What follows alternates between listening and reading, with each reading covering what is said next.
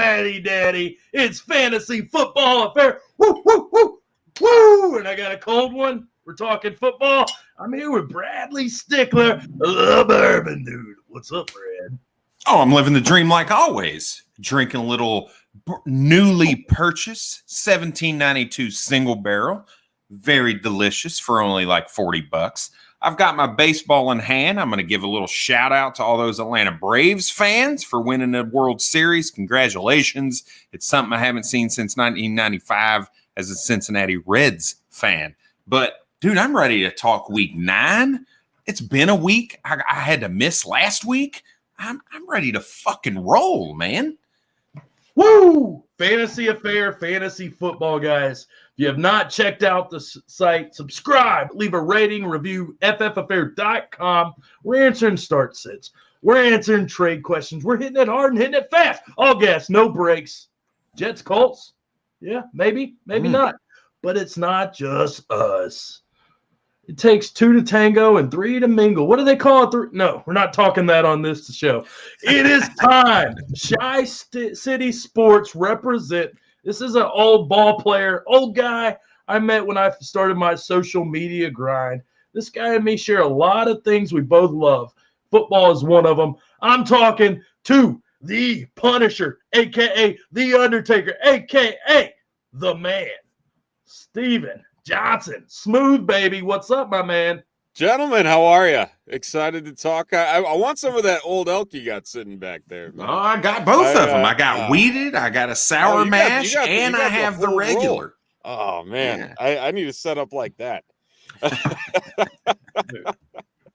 Brad's always got it on. He has like literally every bourbon known to man. I'm jealous of that setup. I'm very jealous of that. Got some more behind me here. You Brad, just can't see it. Is the bourbon is that something you grew up with? Because you are from Kentucky, correct? Yeah, so I'm from right outside Louisville. My dad's bourbon family's country. from southeastern Kentucky, so I grew up around it. Buffalo Trace is like a staple in my household ever since I was a kid. So, and look, Louisville Whiskey Row is a thing now. It's beautiful. It's nice. I would only suggest going there in the daytime, not at night necessarily. But bourbon is a very big hobby of mine, and luckily I have a bunch that I get to sip on every once in a while, which is nice. So, absolutely, guys, we got a lot to get into. The usual Wednesday night delight starts, sits at every position, followed by a little Thursday night preview. Trade talks. We might get into a little bit of dynasty, this or that. We've got a bunch of news. You kind of heard that on all the podcasts, everything going around. So now it's time to win some games. We're literally getting to that time of the year where a lot of people are folding them. A lot of people are holding them. So week 9 is your time to make your own bed and sleep in it. Are you going to the playoffs, or are you staying home and crying like a bitch? So we got a lot to cover. Quarterback starts, quarterback sits. Brad, you're the co-host, my man. I'm going to let you lead it off with our start at the quarterback position. What do you have for us? Look, I'm going with a guy that most people haven't been comfortable starting. Even in Superflex leagues, he hasn't been the greatest for you other than the last couple weeks before the game last week, and that's Tua Tagovailoa, quarterback for the Miami Dolphins. Look, he had a rough outing against the Buffalo Bills last week, threw for damn near 50% completion percentage, 200 yards, no touchdowns. Right? So you're like, Brad, why the hell would I want to start somebody like that? Well, one, he's playing the Houston Texans, right? Anybody who's playing the Houston Texans, you should smash start. I don't care if it's who's the quarterback for the New York Jets now? Mike White? Mike White, Tyrod Taylor. I don't care who it is. Anybody who is playing against the Houston Texans, obviously Tyrod can't play against the Houston Texans because he is a Houston Texan, but literally anybody I would start against them. It does not matter. And when you look at Tua, Houston has a bottom 10 pass defense. Tua has played 2 bottom 10 pass defenses. That's the Atlanta Falcons and the Jacksonville Jaguars. Between those 2 games, he's averaging 300 plus yards, 3 touchdowns, and 1.5 interceptions. That's a guy I'm willing to start if I'm in a pinch, regardless of whether or not it's super flex or not. So I think Tua is a guy you can trust this week to be a solid contributor to your fantasy team. He's not going to light the world on fire. He's not going to put up 40 fantasy points. He's not a Kyler Murray kind of guy, but he's a guy that you can trust for 20-plus fantasy points for you this week. So he's got that QB1 upside this week. He Top does. 15 looks likely going up against Houston. I like that call. Steve, what are your thoughts here? What is your quarterback start? Are you going with Tua as well? Do you have some other spicy name for us? You know, I do like Tua this week. I am a Tua truther. I'm also a Roll Tide guy, so that also plays into that equation there. But another guy, he's been sitting along the waiver wire, not necessarily the player of old that he used to be, but that's one Ben Roethlisberger going up Monday Night Football against my Chicago Bears. Tell you what, I'm driving out to Pittsburgh for this game. I'm going 8 hours in a car to go check this game out.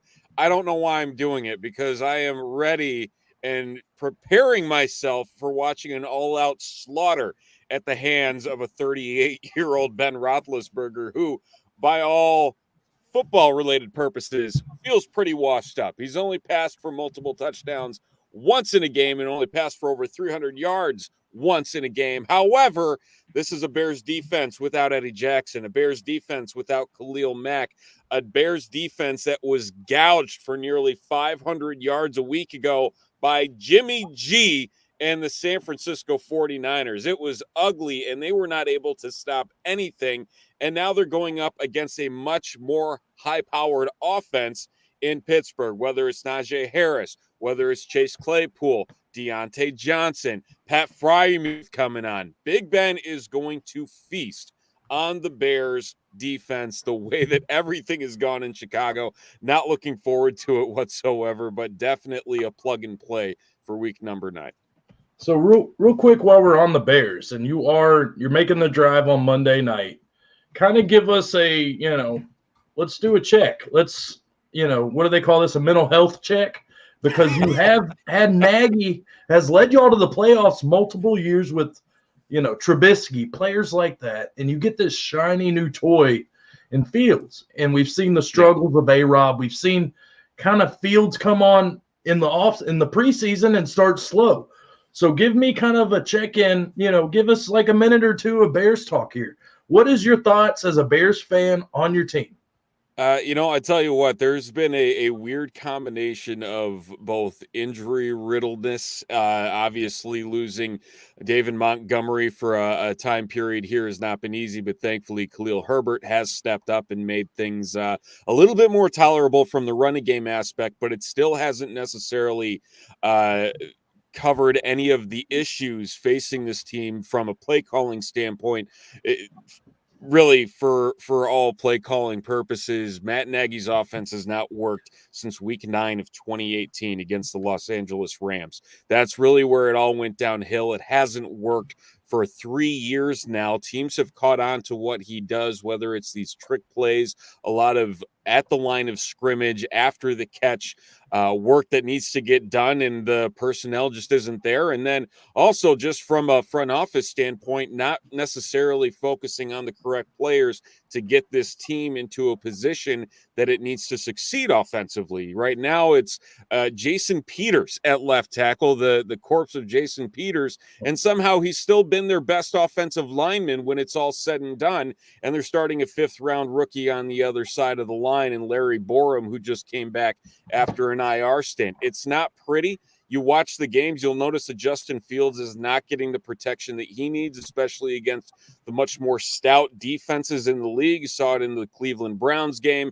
and saw it again against Tampa Bay in a horrific game all around. You tie that in with Justin Fields and, just being a rookie in the NFL and adapting to the play in the NFL. It's all way too many speed bumps and just way too much to worry about in terms of thinking that things are all of a sudden magically going to appear. There's an athletic quarterback that can take off and run with the ball.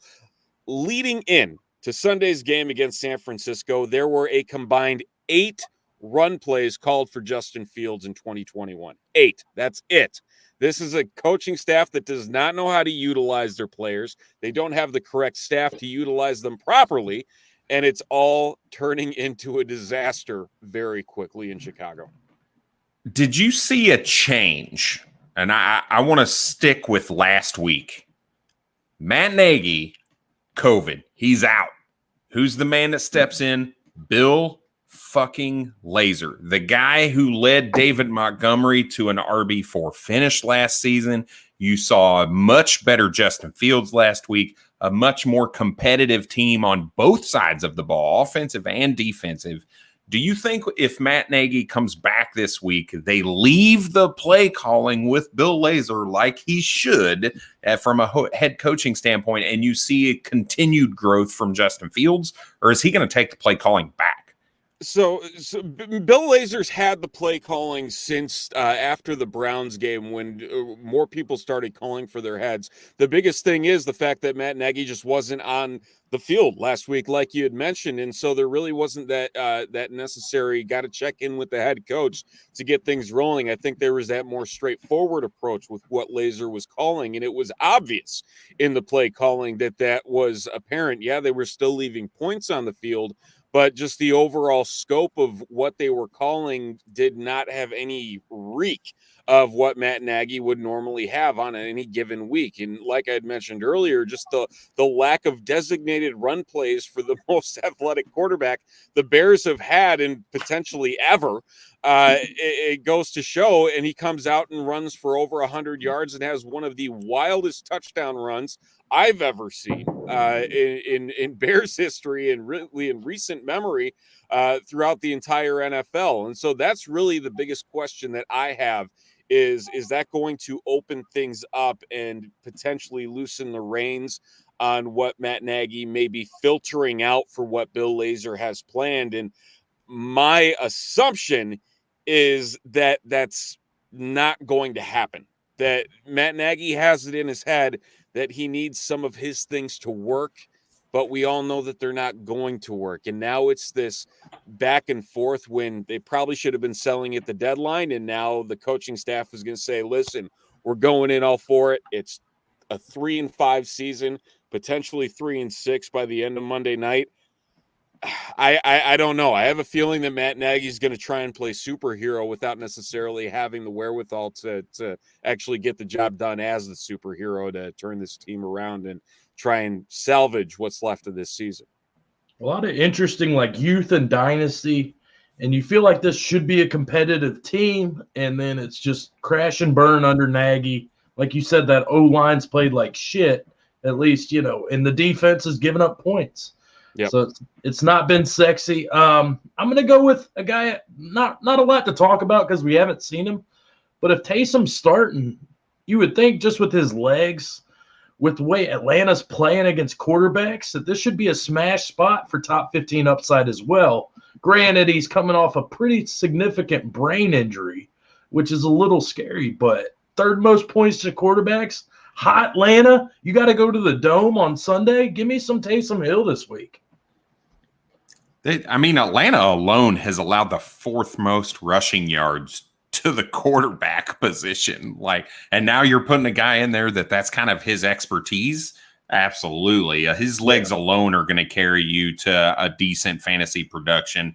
I don't know about his arm necessarily, but he's going to be a solid floor play for sure. What about how you guys feel about Tyrod? Because he's been kind of pretty good. Miami's not great against the quarterback. Is he streamer worthy here in week 9? Would you be maybe starting him if you've got one of those quarterbacks that doesn't show up every week? Or is Tyrod too risky here? I'm still of the belief that I'm not sure he's even going to start for the Texans, which is crazy to think. I really don't know what the Texans are doing. Obviously, nothing the Texans have done over the last couple of years has made any sense in terms of both personnel and playing on the field. Very true. From an opponent's standpoint, Miami just hasn't been great defensively. If he does get the start, I'd say, there is that opportunity there. You're talking about a team in touch on this just a tad bit later here as well, but they're just getting gouged recently. I mean, wide receiver alone, they're giving up yardage left and right, touchdowns left and right. So, anytime you can plug in a quarterback who gets that type of matchup, I'd say absolutely. It's just a matter of, are they just going to run with the young gun to see if they have anything in terms of a future with this guy, or else it's, looking towards, getting the vet and trying to, salvage something and pick up a couple wins to keep the fan base happy. Let me ask one more before we get to sits, because this is a guy that's going to be on everybody's mind because the way Kansas City's secondary has played like dog shit. Jordan Love, does he present? He is an athlete. Is this another guy that might present some value?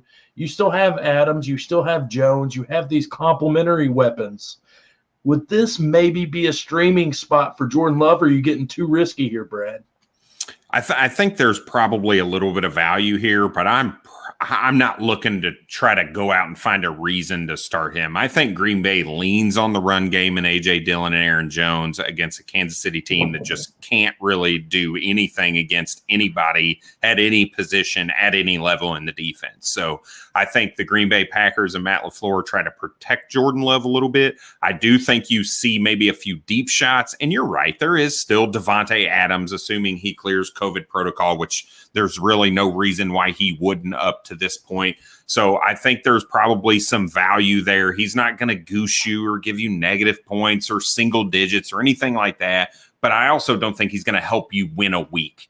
But I think Green Bay might come out and surprise people. I think there's a world where they might even come in. They cover the spread, which I think is 7.5 right now in Kansas City. They could come in and win this game. Kansas City damn near lost to the Giants and Daniel Jones last week. So who's to say that Jordan Love and a much better offense, both run game and receiver wise, and the defense can't come in and beat Kansas City? I think it's possible. So, I mean, with that, though, I do think they lean on the run game. So I'm not looking to start him, but he's not going to goose you either. Okay. Steve, let's talk sits, baby. Give me your quarterback you're avoiding this week. Really, the quarterback I'm avoiding this week and probably for the foreseeable future, just based on the current state of the team. We talked about his counterpart on the other side of the field. It's Matt Ryan in the Atlanta Falcons. Not a big fan of what he's been able to put out there, and now you go into the Superdome and have to deal with a Saints defense that's starting to click at the right time, and you're, again, short-staffed on the receiver end of things. And Kyle Pitts, really, you're going to shut him down. The rest of that receiving core just hasn't been able to do much of anything. Saints have been a top 10 defense against quarterbacks throughout the year in terms of points against, and I don't see that stopping anytime soon. The last 4 weeks alone, they've only allowed 4 passing touchdowns, and it wouldn't shock me if it's 1 or none come Sunday. I can dig it. I mean, dude, no Ridley. We've seen that offense kind of be junky. They can't protect Matt Ryan. I mean, it makes sense, and you got to go against the Saints. You know, they just roughed up Brady. It's not like they're just playing like shit. So, Brad, let's hit us with another sit, my man. Yeah, real quick. The New Orleans Saints have a coverage linebacker unit that is phenomenal between Quan Alexander, between Demario Davis. Like you said, you shut down Kyle Pitts, there's nothing else. Russell Gage, Olami Zaccheaus, Laquan Treadwell, there's nothing there, right? So I think it's beautiful. I think it's a great call. Mine is, this hurts me. This hurts me. Oh, I've got a signed Tim Couch football here for the Cleveland Browns. I'm sitting Baker Mayfield right now. And look, I had a bold prediction at the beginning of the season. I thought Baker Mayfield had the tools to be a top 12 fantasy quarterback. He had the weapons, he had the run game, he had the defense. I was very excited about him, and it's just not clicking for him. They are way leaning on the run game. Their defense is still pretty solid, but Baker with that torn labrum, he just doesn't look good. He's not accurate like you expect him to be. He's missing wide open deep throws. He's got wide receivers that are dropping the ball when it hits them in the hands. I think this is a situation, an AFC North battle with the Cincinnati Bengals where it's a trenches battle. Their offensive line versus Cincinnati's defensive line, I think, is a plus matchup with or without Jack Conklin, right? It looks like, it doesn't look like Jack Conklin is out, right? But between Nick Chubb, between Dearness Johnson and Demetric Felton, I think there's going to be a run game. I think there's going to be some passes out of the backfield that's going to help, but I just don't trust him right now. That's my biggest issue with him. I just don't trust the accuracy. Odell looking like he's not even playing the rest of the season. Jarvis Landry, Donovan Peoples-Jones coming back from an injury in his first game back. It's just a recipe for disaster, I think, and a trap game where you look at the Bengals defense and you're like, they could win that game, but I think they could very well lose that game as well. So I'm benching Baker Mayfield. I don't trust his situation. Or really, he hasn't had any starts that you trust anyway up to this point. So I'm riding that wave, and I'm keeping him on my bench for the time being. I think Baker's that perfect dynasty trade target, like somebody who's playing for next year maybe. Mine's Tannehill, man. I think this should be the pass volume's going to be there. He's had a couple good games, but now you go on the road against the Rams. You don't have Derrick Henry. I feel like they're going to get after him with Von Miller. If Von Miller's going to play, I mean, that's a situational pass rusher. When you've already got Aaron Donald, you've got Jalen Ramsey. To me, this probably isn't the spot with some of these other QBs like Tua, Taysom Hill with these matchups. I'd probably fade Tanny. I feel like this might bite me in the ass, but I'm not feeling it. They could get a little gross, guys. Let's talk running backs. Let's talk the starts, because running backs is gross. When you talk tight ends is gross, running backs is pretty damn close. Let's talk starts, though. Let's talk the guy that you have faith in that you're not going to be wrong on. Let's go to you first, Steve. Who is your RB start, baby? I'm going to dip back into the well of the ever-growing list of Philadelphia running backs. We're going back to Boston Scott. Again, kind of coming out of nowhere last week, really didn't have much of any activity prior to Miles Sanders hitting the IR, and comes off for 60 yards and 2 touchdowns. Now he gets a Chargers running D that hasn't been great. You could even argue they've been worse than the Detroit Lions as of late. They've allowed the second most yards and the second most touchdowns over the last 4 weeks, and it's going to be the Boston Scott show. That's all there is to it. He's going to get those opportunities, and with the way that the Chargers defend the pass, they're going to have to lean on the run to get things moving, because things just don't move against the Chargers defense through the air, but they damn for sure go up against the run, allowing over 5 yards a carry. So I really like Boston Scott doing some damage here against the LA Chargers this weekend. I think everybody had Kenny Gainwell as a start last week, and he just broke everybody's heart. What's going on there, man? Because this is a guy that we were all we've seen the glimpses in the pass game, and I don't even think he had a role in the pass game, really, did he? Let me double check, but well, I mean, they also got out to such a large lead. They didn't even necessarily have to worry about incorporating the passing game in too much. But, obviously the game script will probably be a little bit different against Justin Herbert, and having to put up with that versus Jared Goff and whatever the Detroit offense is these days, which I don't even know what it is anymore. Dan Campbell might be a one-and-done coach in 2021. But, I don't know. I don't really know what to think of Kenny Gainwell, because, like you said, even the week before, was putting up some decent numbers, scored a touchdown, and then, poof, he's gone. Obviously, the same thing could happen even to a guy like Boston Scott or Jordan Howard, but I feel like Scott's kind of entrenched himself there as that pace setter for the offense. It's interesting. When I looked at, Gainwell was 13 for 27. So that's 2 yards a carry and not one pass. So just kind of heartbreaking. Let's pivot to you, Brad. Who is your start?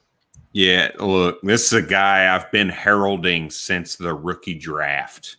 A guy that I felt could be a factor in the backfield that is the San Francisco carousel. and that's Elijah Mitchell.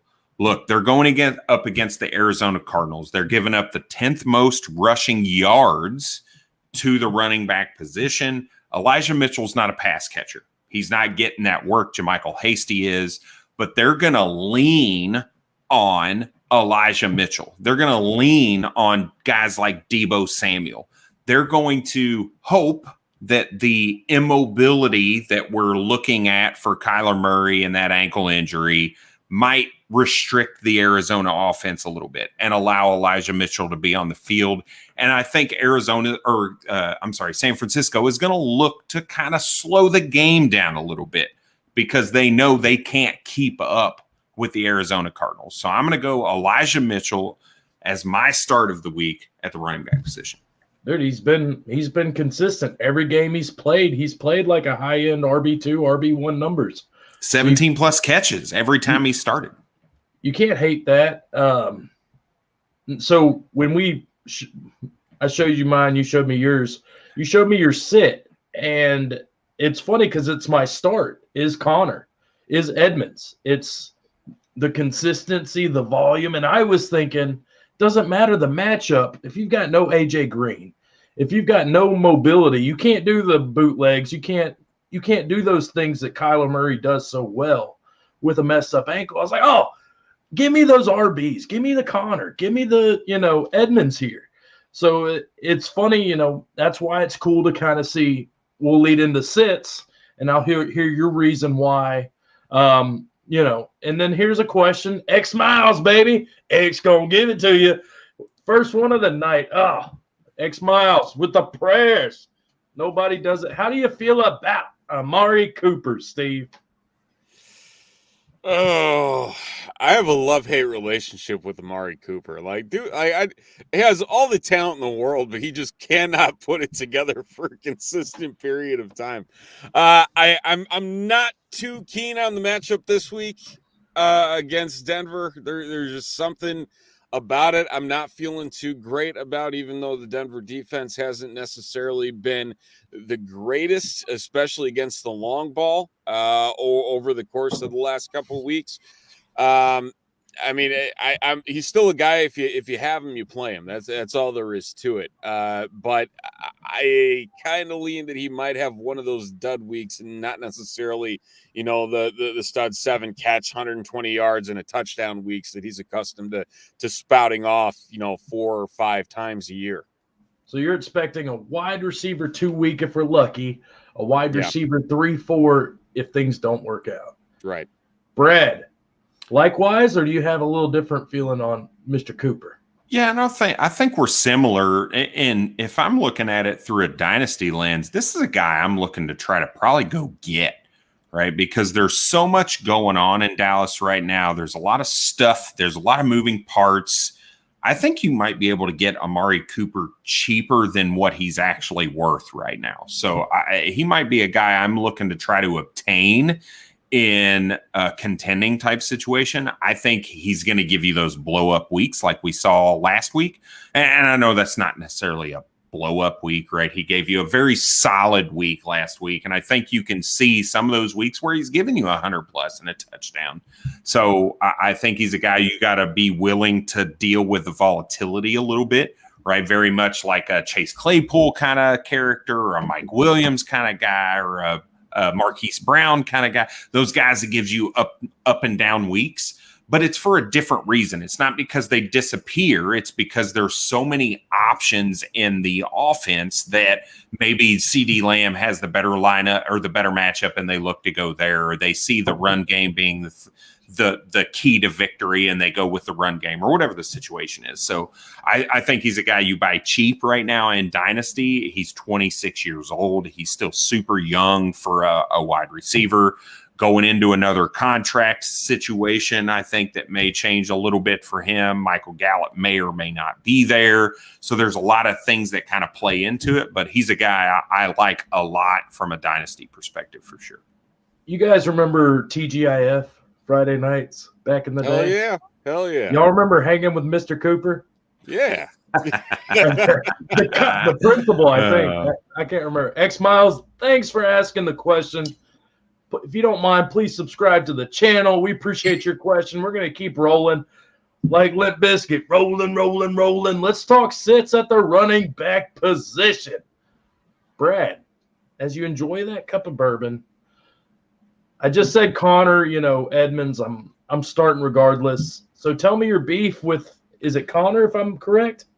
Yeah, it is. And it's almost this gut feeling for me. I feel like there's a very high likelihood that Arizona ends up going down in this matchup. And if they go down, look, James Conner has 5 targets for the entire season. Chase Edmonds is the pass catching guy there.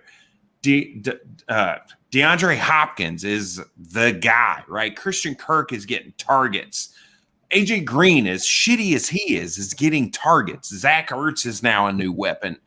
I don't know that James Conner's going to be in the play calling in this game if they go down. If they go down like I project, he's out of the game script. Chase Edmonds is in basically in all situations. So it's really just like this gut feeling I have about this matchup and what may happen. And I could obviously be completely wrong. I have been in the past before, but that's just where my gut's taken me right now. And in this one, that's why James Conner's value has been in his touchdowns, right? He's got 8 touchdowns on the year. Look, listen, 8 touchdowns and he's the RB22. That says a lot. That says a whole lot. He's not getting a ton of carries. He's not getting any receiving work. That RB22 is on the back of touchdowns. And if he's not getting touchdown opportunities, then he's a sit big time. So that's kind of the volatility really leans me to sitting him this week. Don't chase the touchdowns. All right. Well, we've got our first trade question. This is redraft, almost 100%. Oh, man, this is a tough one. He's got a lot of wide receiver depth. The old 2-for-1. Antonio Brown, who's battling an injury. Emmanuel Sanders on that high-powered Buffalo offense. We've seen Cole Beasley steal a little bit of the thunder lately for Amari Cooper. So this is what Sanders was a wide receiver 2 coming into last week. Who I think he put up a dud. AB's hurt right now. Zero. Is this the time to trade for Cooper?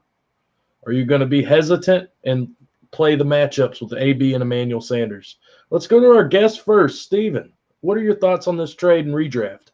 That's a smash accept for me. I don't see how you can't accept that trade, especially like I said, the Sanders just put up a goose egg. He just disappeared. No one was expecting it, and now there's that uncertainty around who gets what behind Stephon Diggs. Is it going to be Emmanuel Sanders? Is it going to be our Blake got his name? We just said his name. What's the other wide receiver in Buffalo? Beasley. Cole Beasley. Thank you.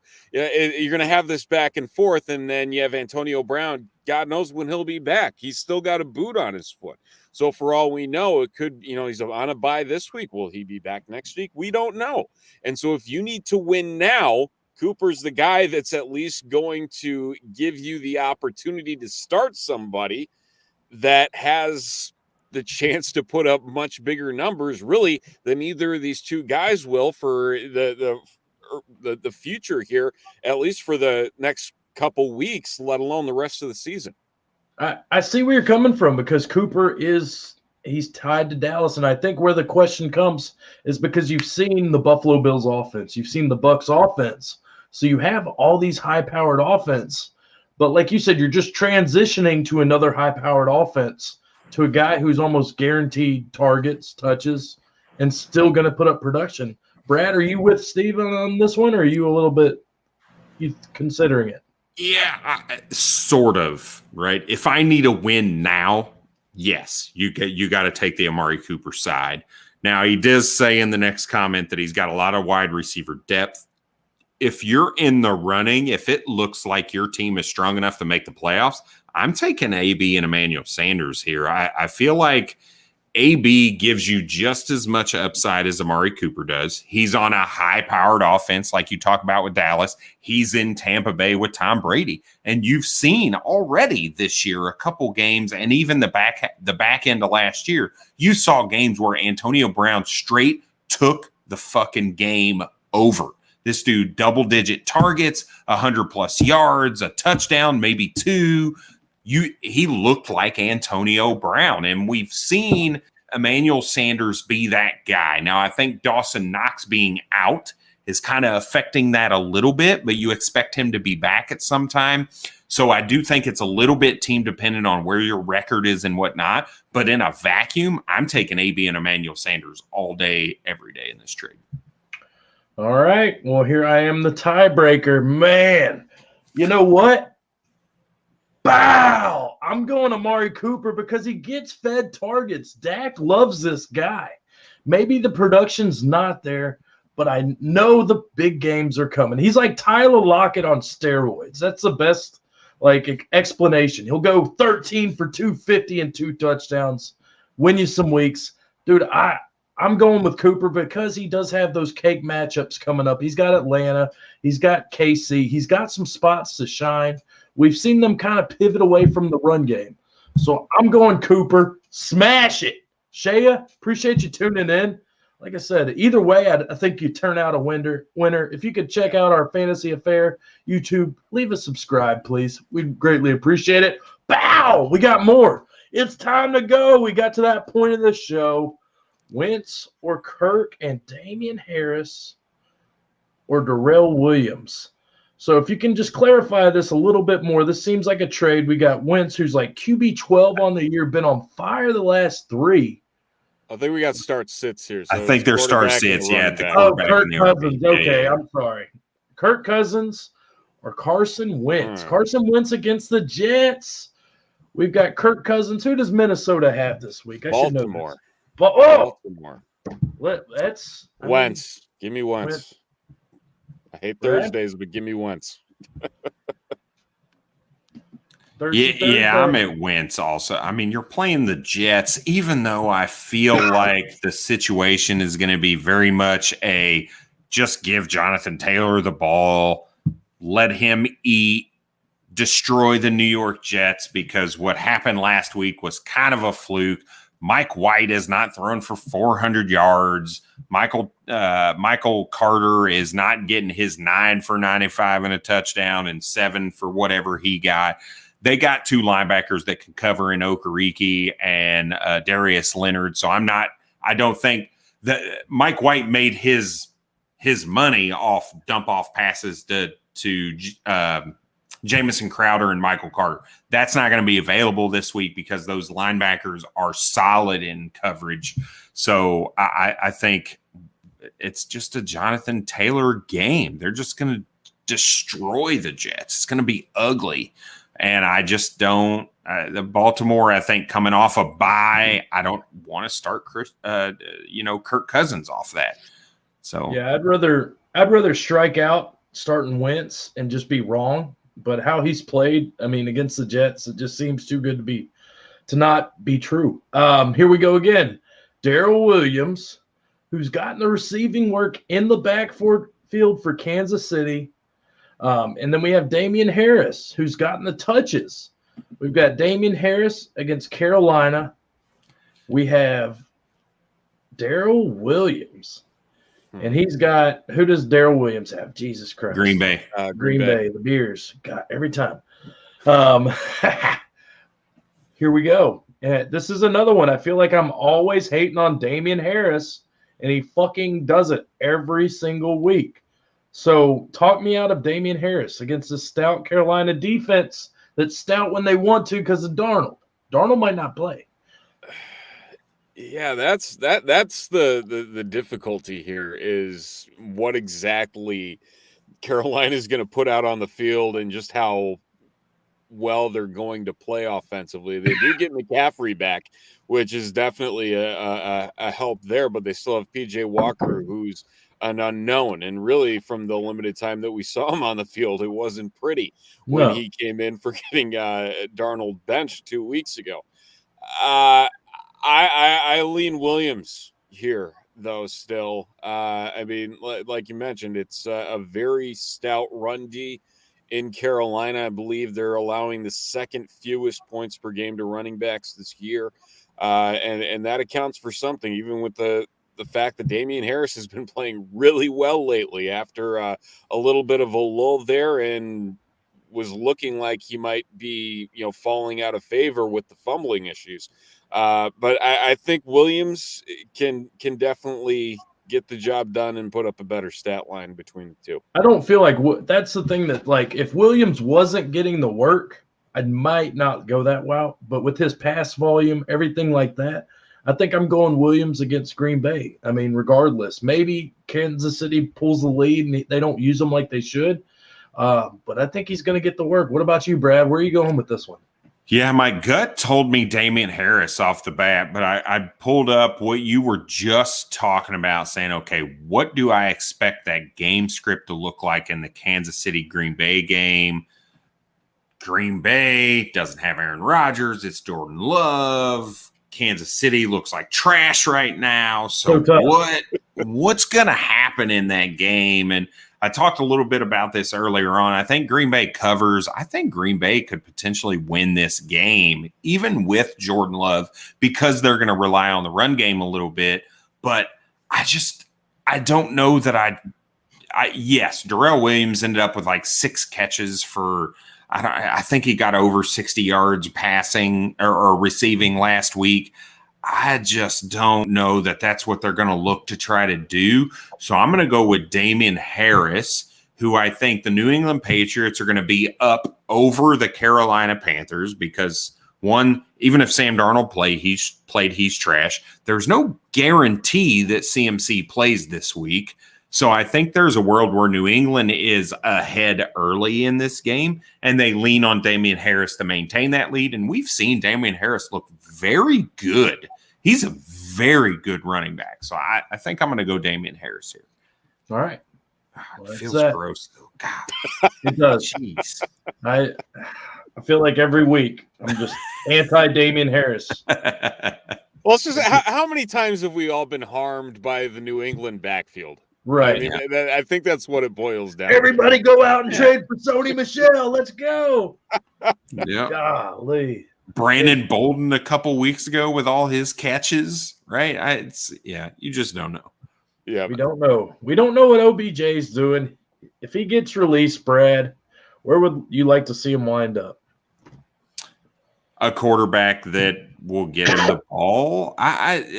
There's so many good options here. I mean, obviously, I'd love to see him with somebody, a Hall of Fame quarterback, right? I'd love to see that for any caliber athlete like Odell Beckham, right? If he went to Green Bay, yeah, I'd be ecstatic. If he went and played with Patrick Mahomes and was the other option next to Tyreek Hill while Travis Kelce is still not himself right now, yeah, I'd be ecstatic.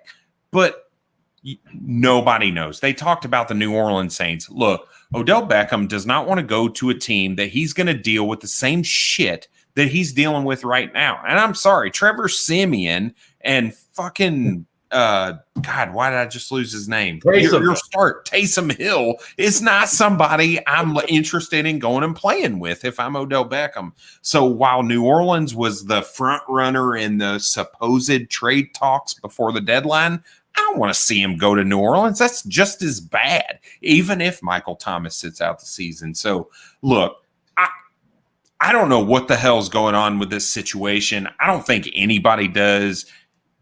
His dad posting videos and shit, right? We talked a little bit about that before the show. I think it's interesting because his dad's got a fucking point. Baker Mayfield has not played well, but this is a guessing game, and I don't want to get into guessing games because there's 31 different places he could go, and some are good, some are bad. So we'll leave it at that. Steven? Yeah, I feel like the Saints make the most sense, but to what Brad said, it's a mess right now. Yeah. It's not good, and you're walking into a similar situation, and you can argue that there's that opportunity, if Taysom Hill's the starter, Taysom Hill locked on to Michael Thomas last year when they did play. I think between it extrapolated out to like a 1,400-yard season for Michael Thomas if they played a full season together. But if there's a secondary option, I'd probably put the Chiefs there if I had to guess anybody, because I think it's become very apparent that there's the need for somebody beyond both Kelsey and Hill in that offense, and it isn't Byron Pringle, and it isn't going to be anybody else that's on that roster for the remainder of the year, and that definitely opens up the rest of the passing game for their weapons. I have one. I don't know how he would fit. I don't know if they even consider it, but Baltimore. I'd like to see him go stay in the little division, somewhere you can just kind of put it in the Browns' butt and just, he's on a winning team. He gets to play the Browns. I mean, this might be just what him and his papa want. So I do not want to see that. I do not, because look, in a vacuum, Odell Beckham has looked fucking good this year. He's getting open. Like, no, that is not a fucking option, man. I just love those, revenge games. I think they're good with Rashad Bateman. He's been off to a solid start. I think he's the guy there. For as much as we hate, now I'm going to have a heart attack until this doesn't happen. Son of a bitch.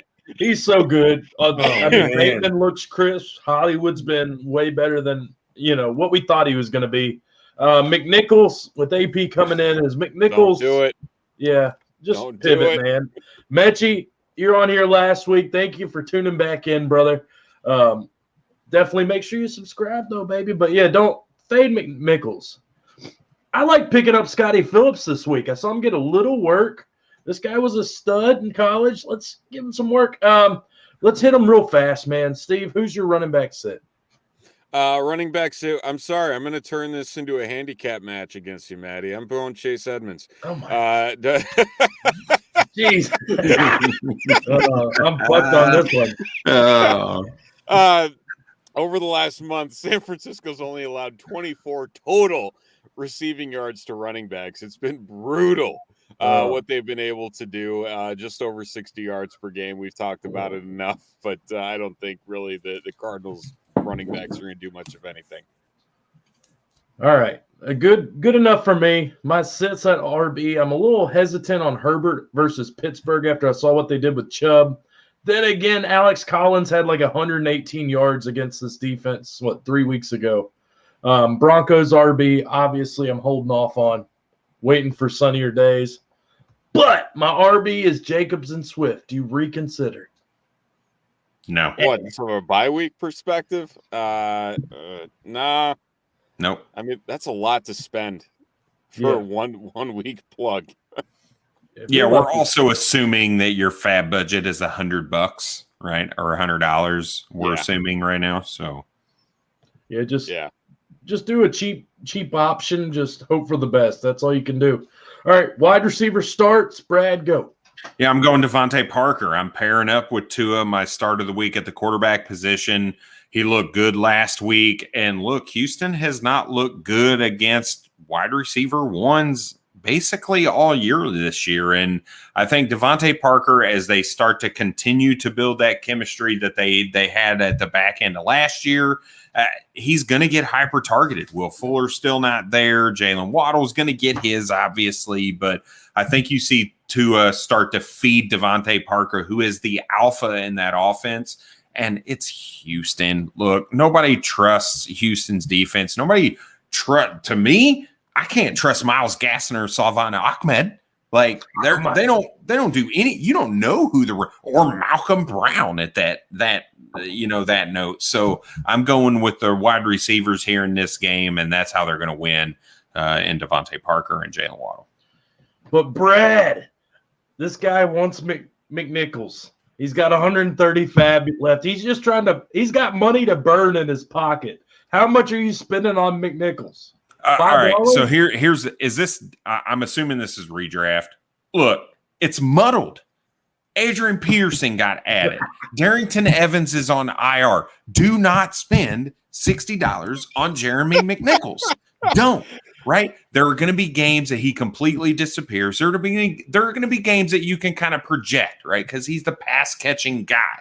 So you can project a little bit of that, but just he's not worth $60. He's not. There are so many other options that you could spend that $60. Fuck, I'd rather spend $60 on Mike White than Jeremy McNichols. Like literally anybody else. What about like Mark Ingram? Somebody like that, maybe try to. There you go. Even You Mark saw him. Ingram. Yeah. Ingram, you've got David Johnson out there, Philip Lindsay. They're not going to get you any points, really. Go Mark Ingram. All right, let's go start. Steve, who's your receiver start? I'm going to stay in that same game. I'm going Brandon Cooks with the Houston Texans going up against Miami. We talked about just how bad the Miami secondary has been. They've allowed 9 touchdowns and over 53 points per game over the last month to opposing wide receivers. It ain't pretty. And as we all know, Brandon Cooks is the show when it comes to the passing game for the Houston Texans. He should feast against Miami in any type of game script that does approach Houston in this game. Whoa! I'm always on Cooks' fan. I'm just hoping his mental health's still there. I'm hoping, with the Ingram trade and with just how big of a shit show this is, it doesn't get to his psyche. Receiver-wise, we don't have Dawson Knox. I'm firing up Cole Beasley again. Back-to-back 20-point games. He's getting those slot targets. And I kind of like OBJ not being around. I think it's kind of good. I like those targets. So I like Jarvis Landry, man. I think he's one of those safe receivers. Back-to-back weeks, he's getting the volume. If he's got a pass, I'm going Landry, man. I think he's a safe move. You don't have Kareem Hunt. You don't have OBJ. Somebody's got to catch it. You got to catch up with Cincinnati. Give it to him. All right, time for a sit. Bourbon Dude, who is your wide receiver sit? Oh, I know who it is. Fuck the Steelers. Claypool, Chase Claypool. Bench his ass. You just can't trust Ben Roethlisberger in that offense right now and throwing the deep ball, which is what Chase Claypool built his game off of. Now, he's on track to do a better season than he had last year. I get that. When you just look at averages and everything else, more targets, more receptions, more yardage, I get all of those things. But you've seen 4 weeks where this guy gives you sub 10 points. That's not even a guy I want to plug into my flex right now. Ben Roethlisberger doesn't have the arm to get him the ball. And Chase Claypool, I don't know that he's getting open, right? He's a guy that kind of built on contested catches last year. He's a guy that we've seen drop some balls this year. Did the dropsies go from Deontay Johnson to Chase Claypool this year? Crazy. Maybe not. Deontay Johnson's a man. That he dude makes is those big solid. plays, man. So I'm sitting Chase Claypool until he shows me a couple weeks in a row that I can trust Ben Roethlisberger and the deep ball. So sit Chase Claypool. Now, all right, Steve, I don't want to hedge. Here. I'm not hedging tonight. I hate Claypool's just broke my heart. Yeah, he's been a tough one to pinpoint. I'm going out to the city of brotherly love again. Devontae Smith. He's turning into a guy where it's just might be time to close things up altogether. He's only had 8 catches for 108 yards over the last 3 games. Now he goes up against the Chargers defense, only allowing 119 receiving yards per game to opposing wide receivers. Not great whatsoever. And so you combine those two things along with Jalen Hurts, who for whatever reason is still able to put up decent fantasy numbers despite the Eagles offense looking like complete dog shit. Here we are yet again. Isn't that ridiculous? Yeah, I don't get it. I really don't get it. I keep saying this is the week. This is the week. This is the week. The week still hasn't happened. I think this will be it. The only issue is the Chargers are terrible at stopping the run, which is all that Jalen Hurts can do. So for all I know, that's how he's going to get his points this week, but it definitely won't be throwing the ball to Devontae Smith. Yeah, it kills me because Devonta Smith is so damn good, but Jalen Hurts is so bad. But he's like one of the only quarterbacks up until this past week in that fluky game against the Lions where he's had a top 10 fantasy week literally every week. He's the only player to do that this year. But you watch him, you're like, God, this guy's terrible. He's not good. And Devonta Smith is it just breaks my heart because he was my guy coming out last year.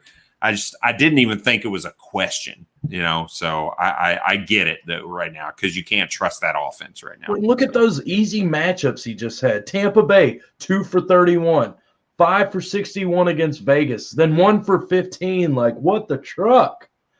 Yeah, he was my sit too, man. I'm glad. Can't get that one wrong by myself. Let's go. Yeah, no, let's talk let's say it comes down to the fact that the Eagles can pretty much get whoever they want in this upcoming draft, and they better damn well do it for Devonta Smith. Plain so and what simple. do you do with Ertz? Like, if you're the Eagles, are you trading this guy, or is he just a career backup? Just you put him in backup and pray that he never steps foot on the field. I just traded for him in a win now, understanding that after this year, he may not even be a starter anymore. Yeah. It's like, I want to win money. Like, that's the fucking thing, right? You would just want to win. And this is a dynasty league. So I put my chips in. Like, after this year, if I don't win, I may be up shit creek at this point. But it's like you can't deny the production that he's given you from a fantasy perspective right now. But don't get that. We thought about Blake Bortles too, man. He was on fire. And then, let's talk tight ends because they're gross. I feel like all my starts could be a sit, especially now with the way Kelsey's playing. I'm going to tell you my starts. Evan Ingram, Zach Ertz, Jared Cook, CJ Uzama. Because it sucks. There's just no tight ends. Like, they could all be sits at the same time. Like, yeah, Evan Ingram's got a pretty good matchup. He scored over 10 points. But he's also the guy who's going to rip your heart out. Like, it's tough. Brad, who's your start at tight end? Sorry. Fucking Evan Ingram has killed me, dude. Like, he's just so talented. You go out there and you watch him. He goes 4 for 27 and a touchdown. You're like, should I be excited about your fucking 10 fantasy points? Like, what the fuck, man? My start's Dallas Goddard. And I'm sure if you've got him, you're probably starting him. I get it. But since Zach Ertz is left, he's averaged 70 yards. They're going up against the Chargers, who's allowed the third most fantasy points to the tight end position. And look, we just talked about Jalen Hurts in that offense. There's nobody else to throw the fucking ball to outside of Devonta Smith. Jalen Reagor is trash. Greg Ward, trash. Who's the other guy I'm missing? Greg Ward. Reagor. Reagor. Who's the guy that's actually catching Quez Watkins. Yes, Quez Watkins, the guy that's actually catching some passes, right? Like, there's really nobody else outside of them. So he's getting the targets, he's getting the yardage. They're going up against a team that allows it to the tight end position. So I think he can have a really solid, really a top 5 type fantasy production from the tight end position for you this week. So Dallas Goddard. How about you, Steve? I'm looking at Tyler Conklin up in the lovely city of Minneapolis going up against the Baltimore Ravens. Everybody wanted to talk about, the Ravens had to deal with Kelsey and Waller weeks 1 to 2. Their numbers will come back down to earth. They haven't come back down to earth. They're still terrible against tight ends. They've weekly been in the top 4 or 5 teams allowing the most points to tight ends. There's only been one game this year that they've allowed single digits to tight ends.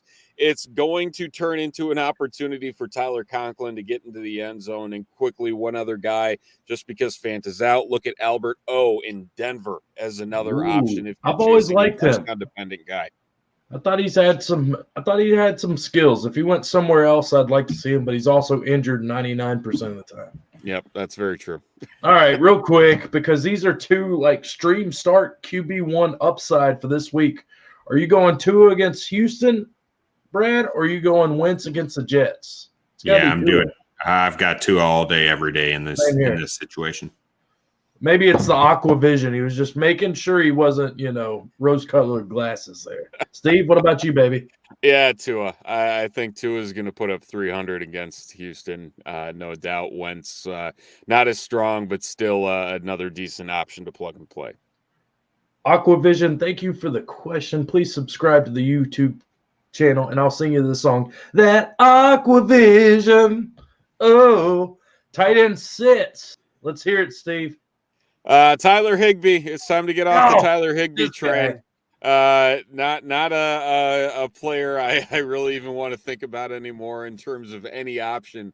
After the opportunity to play with Matthew Stafford, who has loved targeting that position throughout the course of his career, it has turned up to nothing but a pile of garbage in Los Angeles. Tennessee also allowing the fewest points per game.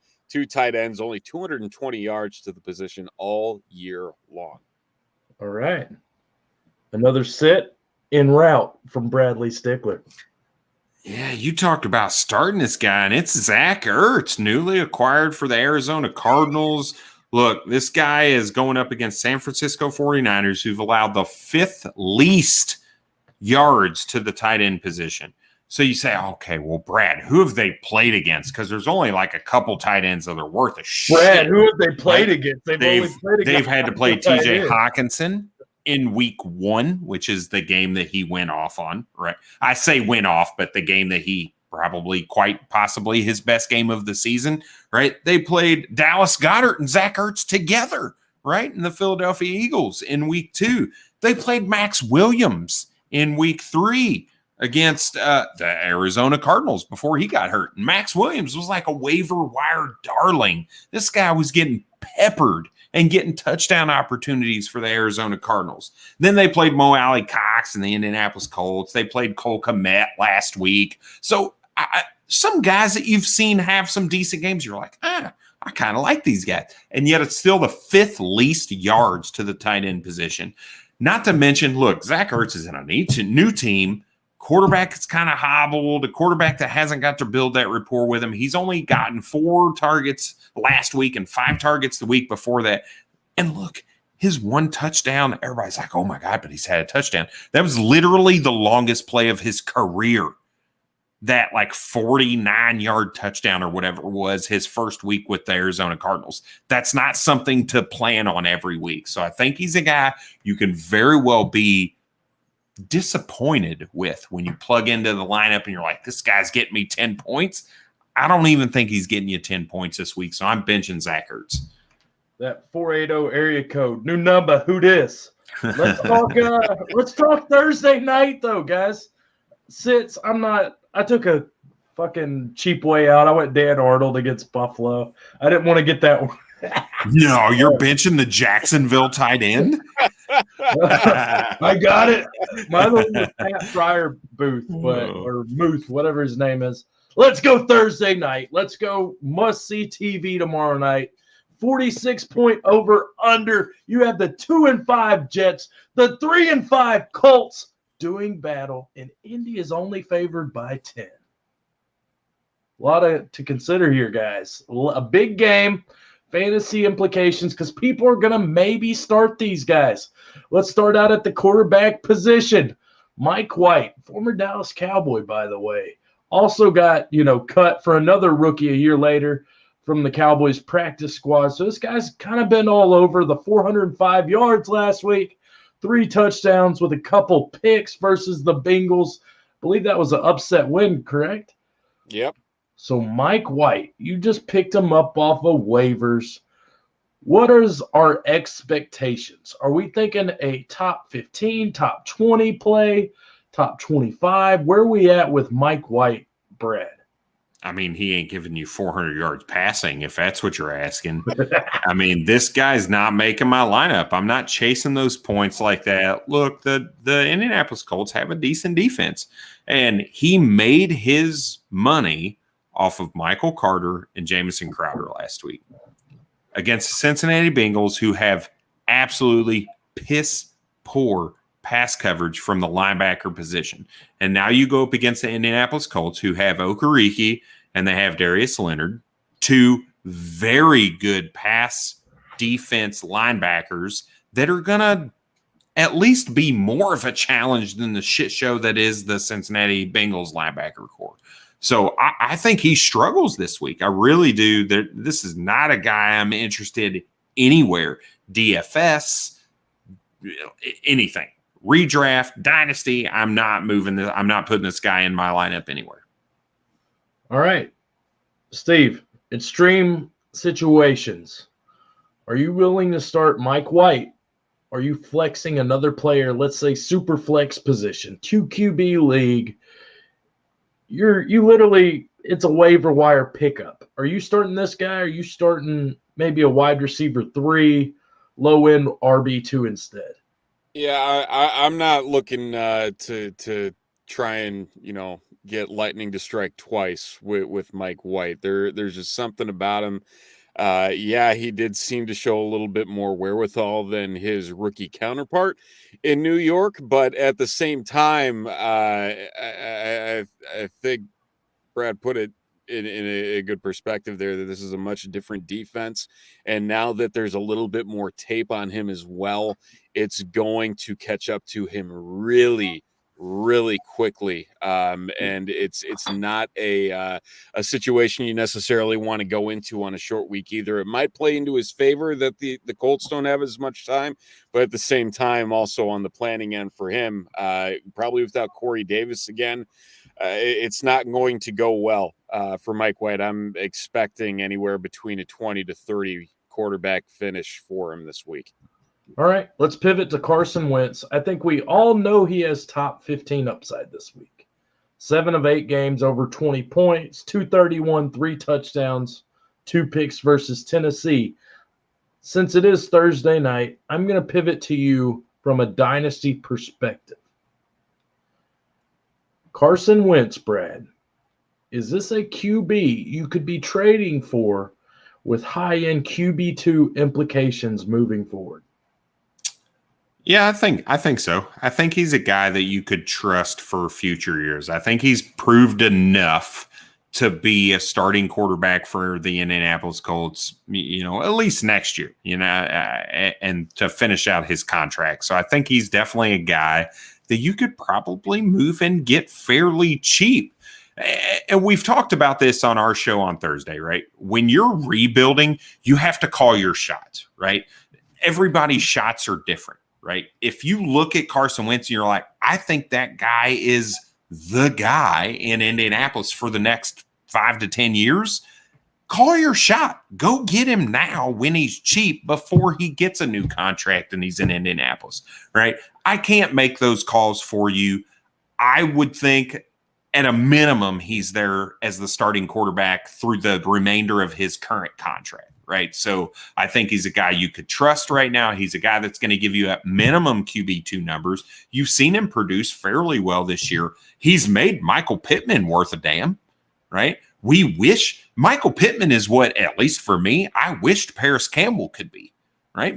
The dude just can't stay healthy. Right. T.Y. Hilton's going to be gone. Jonathan, he's got a good run game. You worry a little bit about the offensive line getting older and whatnot. But I think he's a guy that, yeah, you absolutely could look at from a dynasty perspective, and you still have a starter in next year. And then maybe, depending on the situation and how he's playing, maybe you look to move him if you need to. But I think he's somebody you're looking at for at least the next couple of years. Carson Wentz or Baker Mayfield? Dynasty. Ooh. Why you got to do shit like that? Why? Like what good comes of that right now? It's just a good question to have because is this the reason you do that right now? Because we talked this like QB 12 finish for Baker, and Wentz is doing it on literally like nubs. So it's just interesting to see, because if he is healthy, we've seen that MVP like season. I think this guy's an obvious like buy low. Like obviously, yeah. I don't know if you can buy him low, but I think you could for sure. I don't think the market is where it should be on Wentz moving forward, because it's always been a health thing. And I think it's lower than what it should be. Yeah, it's just funny Philly trades Wentz to keep Ertz. Like it just makes you like kind of wonder like why isn't Wentz in Philly? It just doesn't make sense. Steve, Dynasty, are you buying Carson Wentz at the dip? Yeah, I think he's getting to a point where he has an opportunity to have his value increase a pretty decent amount here over these next couple games. Just looking at what his schedule is and what he has coming up against a relatively weak AFC South as well. I mean, you got Houston coming up. You have Jacksonville. Yeah, there's a couple difficult games in there against. Buffalo, you got to worry about in a couple weeks, but then wrapping it up with New England, Arizona, Vegas as really the playoff stretch. I definitely think it's somebody that it gives you that solid floor with the opportunity to put up low quarterback one numbers on any given Sunday in the right situation. So I'd be buying him if you're just looking to get that consistent amount of points if you've got a solid squad to back him up. Maybe if you're a win now team and you've got maybe Jalen Hurts, you could go out and get a Wentz and a piece that could help you, or maybe an upgrade elsewhere with Wentz. So look, I've been typing as fast as humanly possible to find some Carson Wentz trades. I'm going to throw a couple at you real quick, if you don't mind, Maddie, to see kind of where we're at. Exactly. Are you good with that? Yeah, all right. Of course. So Carson Wentz for a 23 first and a 23 second. Would you move a first and a second for Carson Wentz? We're going to assume super flex, obviously. Absolutely. Okay. Absolutely. All right. Would you move Carson Wentz for Dallas Goddard? Yes. No. I'd keep Carson Wentz probably. I mean, right. You would take Carson Wentz over Dallas Goddard. Yeah, okay. Absolutely. All right. Steve? Tight end premium, I'd take Goddard. Okay. Okay. All right. We see Carson Wentz for a first, second, and Jameis Winston. We already talked about how you take him for a first and a second, so you take him for Winston. And this is where I'm like, I feel like you could get if I could give up a first and a second for Carson Wentz, I'd take it. Me personally, Dallas Goddard, tight end premium or not, I'd probably take Carson Wentz in Superflex. When you see Wentz do it, you got to think his weapons improve in the future. So, I mean, Carson Wentz and Brandon Ayuk or Tyrod Taylor and a 22 first. Come on. Like, this is what I'm talking about. I think you can get him cheaper than what he's worth. Go out and get Carson Wentz. Unbelievable right now. Fucking nut. Oh. So. Yeah, he's I think he's, after seeing that, I mean, because all you're really trading is a rookie first that you're hoping turns into a quarterback who has top 12 upside, which Wentz is pretty much doing right now, hobbled. So it's just crazy, that's my biggest problem right now, looking at stats and looking at rankings. When I see like a Michael Pittman's wide receiver 10, and I'm like, well, fuck, it's 9 weeks or 8 weeks into the season. Is this real or is this not? But at a point, you got to start drinking the Kool-Aid. So that's what let's talk running backs. Jonathan Taylor, RB3. Make no mistake about it. You're not fucking around. Michael Carter, RB20. We've seen the work in the passing game. Is this guy, obviously, I think you're starting him at the RB2 position. You're going to start him. I don't think there's any questions there. As a dynasty player, are we comfortable buying Michael Carter in dynasty? I'd be curious to see what his value is in recent trades. I really would. So here's the trade I've considered, but I feel like an idiot for considering because it's Judy, but there's also receivers everywhere. Judy for OBJ and Michael Carter. I'd take the because I feel like OBJ in the right situation is still a stud, right. And he's still young enough to give me 2 or 3 years. Michael Carter, I don't know if he's going to have the relevancy he has this year, next year. So it's tough, but it is the Jets, so you never know. Are they going to spend any capital on an RB? It is that zone running scheme, but he's really just catching passes. But it is Judy, so I feel like I have the most valuable piece there. This is a league me and Brad are in. He's changing his team name every day because of it. So. I love Judy, though. I think he's a solid player. It's hard for me to. Yeah, it's hard to take the what ifs with those guys. Yeah. So there's some context to be had with some of these trades I'm gonna read off to you. right? Okay. Because we're in the season now where when we're looking at trades, there's a contending lens and there's a rebuild lens. So this first one is absolutely a contending lens. So let's say you're a contending team and you have J.K. Dobbins on your team. Would you move J.K. Dobbins for Michael Carter? Me being a J.K. Dobbins truther, I can't. I just don't feel comfortable. Don't look at it from a vacuum perspective. You're trying to win money right now. Well, that's the thing. Money. So we haven't seen Dobbins he was averaging like 16 points a game when he was playing last year. But you're looking for RB2 production, I'm Michael guessing. Carter over the last 3 weeks has averaged over 15. Yeah. So I'd probably do it, even though I would grit my teeth doing it being a Dobbins fan. The thing that worries me about Michael Carter, this week I play him, but it's when Tevin Coleman comes back, because that's really where the ceiling starts to. It's crazy talking about Tevin Coleman, but it's where the ceiling comes down in the passing game and the passing work that he's had, and I don't know if he's gonna break through that opportunity, and the fact they're even splitting touches with Ty Johnson. Is something I still can't wrap my mind around. Yeah, Ty Johnson definitely, but Tevin Coleman. So you got me thinking. I was like, oh my God, am I missing something here? So Tevin Coleman, over the first 2 weeks of the season before he got hurt, the most snaps he played was 26%, and he didn't get a single target in either one of those games. Okay. So Ty Johnson definitely is a concern, right? Because I think he's better than what people give him credit for. Tevin Coleman is washed. Well, let's talk you, Brad. Let's talk a competing team. Are you dealing Dobbins for Carter? I would not.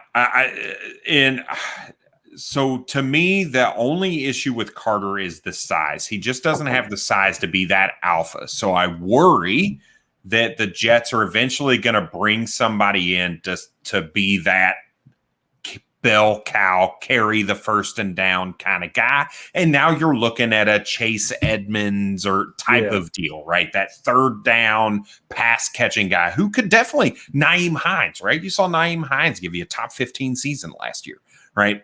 But that's not what I want. Right. I want somebody who's going to carry me to a championship. And unless I need a friggin' RB2 or RB3, there's no way I'm moving J.K. Dobbins. But you want the RB1 upside. People start to get desperate.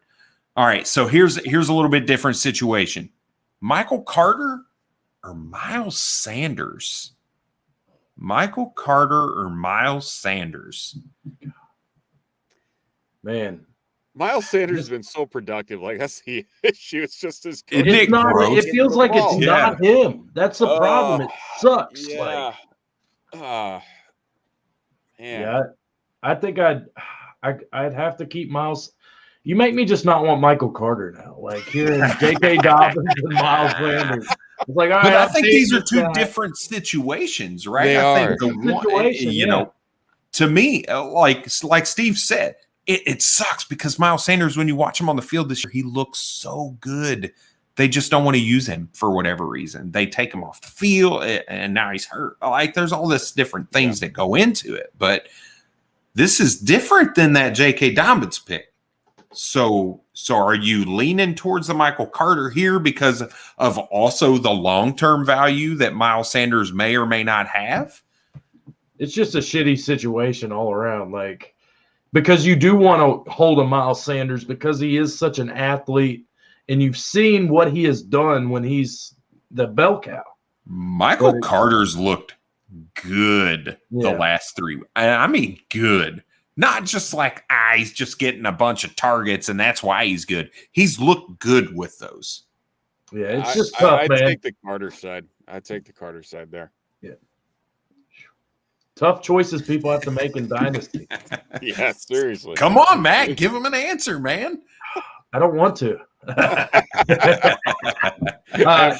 mean, dude, it's hard to – when you see a guy doing it compared to how long do I hold on to this player in this shitty situation? So that's the question. Like, if I'm also a Gainwell fan. So if Gainwell, other than, size, I think this guy's got it too. I think you should keep him on the field. So that's tough. If Carter could have that workhorse role, even for being undersized, it's hard to bet against the RB20. Like I said, long-term play, I probably don't feel as good about it, but you never know with the NFL. So let's keep going. Wide receiver 10, Michael Pittman. This feels like a guy you're starting regardless. You can't sit a guy who's hot like this. Zach Pascal hasn't done anything. We don't have Paris Campbell available. Pretty easy right there. It's Michael Carter at the receiver position for the Colts. Let's talk the Jets, though, because that's where it's just a mixed bag of goods. We mentioned Crowder earlier. 4 games, 23 catches, 203 yards, and a touchdown. He's solid as they get for your 10 points. I mean, he's that ultimate PPR stud. Are you willing to start Crowder here on Thursday Night Football, Steve? I think you have to, especially with, again, with Corey Davis being out, Crowder's going to be that first option there on the majority of the pass plays that the Jets do throw out there. Between him and Elijah Moore, you got a couple shifty guys that can get open and are going to be dink and dunk type options, along with Michael Carter, as we saw last week against the Bengals as well. I'd say it's that you can roll him out with confidence that he'll be able to see a fair amount of targets similar to what they saw last week, just because of the way that Mike White plays the game, and he's not really holding onto the ball long term to throw it down the field. You think we could get a wide receiver 2 production out of Crowder on Thursday night, Brad? Yeah, I think he's just going to get the volume, right? It's not a guy I want to rely on, but I'm also okay plugging him in my lineup, if that makes any sense. And it sounds very contradictory, like, oh, you're okay with putting this guy in, but you don't want to. Like, well, yeah, I'm okay plugging in Corey Davis, but I don't want to have to plug in Corey Davis, right? It's a very similar situation with Jamison Crowder. He's going to see the slot corner, which is not the best. And I think his name's Kendall Moore, maybe. Cole? No. Right. Like, I'm not sure because it's not Xavier Rhodes, which if it was Xavier Rhodes, then I'd be a little more worried about the situation. And that's just not where they played Jamison Crowder. So I'm okay with it, but I'm not expecting him to blow up. He's not going to give you the 9 catches for 90 yards and a touchdown or anything like that. I think you're more in that, 9 targets for 6 catches and 60 yards maybe, or something like that. And that's just not something I'm super excited about, All right, well, let's pivot to Elijah Moore, because everybody is gnawing at the bit, 6 for 67, but only a 36% snap share. So he wasn't on the field a ton, even with this receiving core. Is this a desperation flex if you have Elijah Moore? Are you feeling any sort of confidence starting this guy, Steven? I think for 1 week and 1 week only, he's worth plugging in as a flex play if you're really desperate and you're in the pain when it comes to the week 9 buys. If you're really heavy, especially on more prolific teams like Tampa Bay on your roster. But I think for this week, it's definitely worth a shot. And with Crowder, you get him out of the way. If he gets injured, he was dealing with some injuries again. I mean, Elijah Moore is going to be the guy in that offense. It's not going to be Denzel Mims. It's not going to be Keelan Cole. It's going to be Elijah Moore. So really that secondary option there in the passing game, I think it's worth this week, given the way that things seem to have materialized with how the offenses worked without Corey Davis as an option. Brad, Elijah Moore, just not leave him on your bench, or you Yeah, if this is redraft, I want nothing to do with it. I'd rather play, Tim Patrick. I'd rather play probably Russell Gage, Marquez Callaway. I'd rather play, I'm going through the lineup. Rashad Bateman, another rookie that might be on the waiver wire. I'd rather play Donovan Peoples-Jones. Like, there are so many other guys I would rather play than Elijah Moore because he's just not on the field enough. I mean, that's like basically the snap share to target that you're talking about, it's like every time he was on the field, he was getting targeted. That's just not sustainable. So he's not a guy in redraft I'm looking to go pick up, because most redraft leagues, you've got a ton of guys on the waiver wire that you could go look at that are just more solidified playing. Khalif Raymond, for instance, right? Khalif Raymond was getting peppered with targets, and last week he gets one, and people are dropping him, right? That's another guy I'd be looking at over the top of Elijah Moore right now. So he is not a guy in any situation that I'm looking to get, because there are just better options on the waiver wire than that. All right, so I'm going to set this last question. I'm going to set the table. Tight end position. Since they're all gross, you have to stream one of them. Mo Alley Cox, Baby Hands Jack Doyle, or Tyler Kroft coming off a touchdown versus the revenge game with the Bengals. Who are you starting here? We just had Mo Alley Cox, who should have been in a smash spot against Tennessee and has 0 points. So who are we going here, Steve? Pick one tight end. Obviously, you probably fading them all. Let's just start one. It sounds like I'm just setting people up to fail. Mo Alley Cox. It's gross. None. Yeah. I got you. Terrible advice. Okay. Brad. Yeah. Cox. Yeah. Mo Alley Cox is the best option out of those three. Kroft, you're chasing the touchdown, has the upside. And Jack Doyle is, like you said, baby hands. You don't want baby hands in your lineup. Come on. Who puts babies in your lineup? Nobody. Yeah. Don't start babies. You'll have to take care of them. All right. Trade question, and let's get out of here. It's been a good night.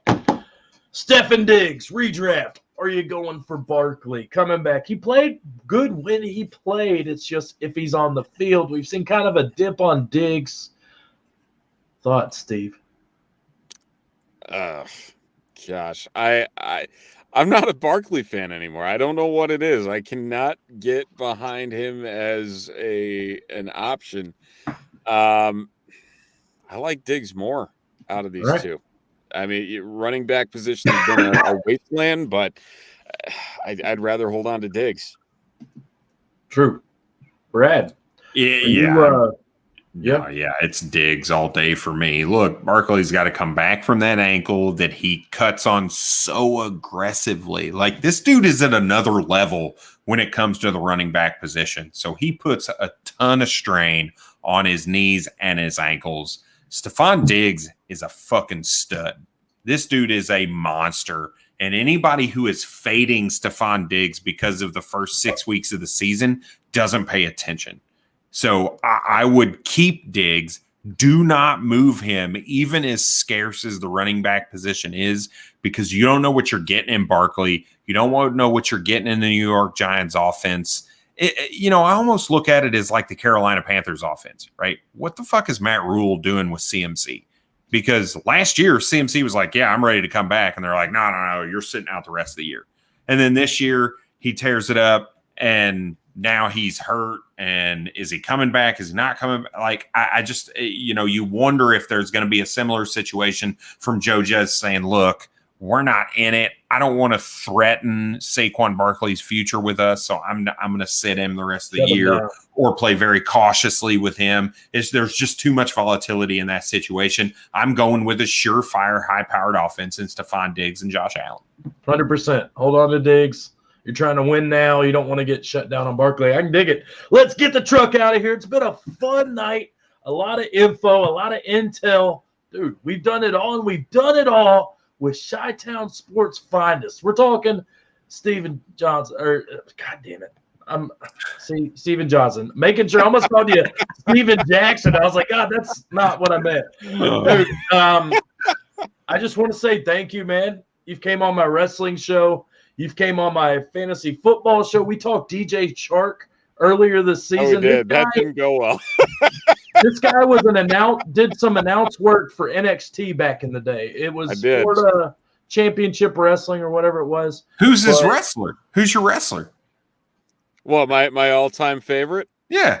He's a Goldberg guy. So who you got? Get the out of here.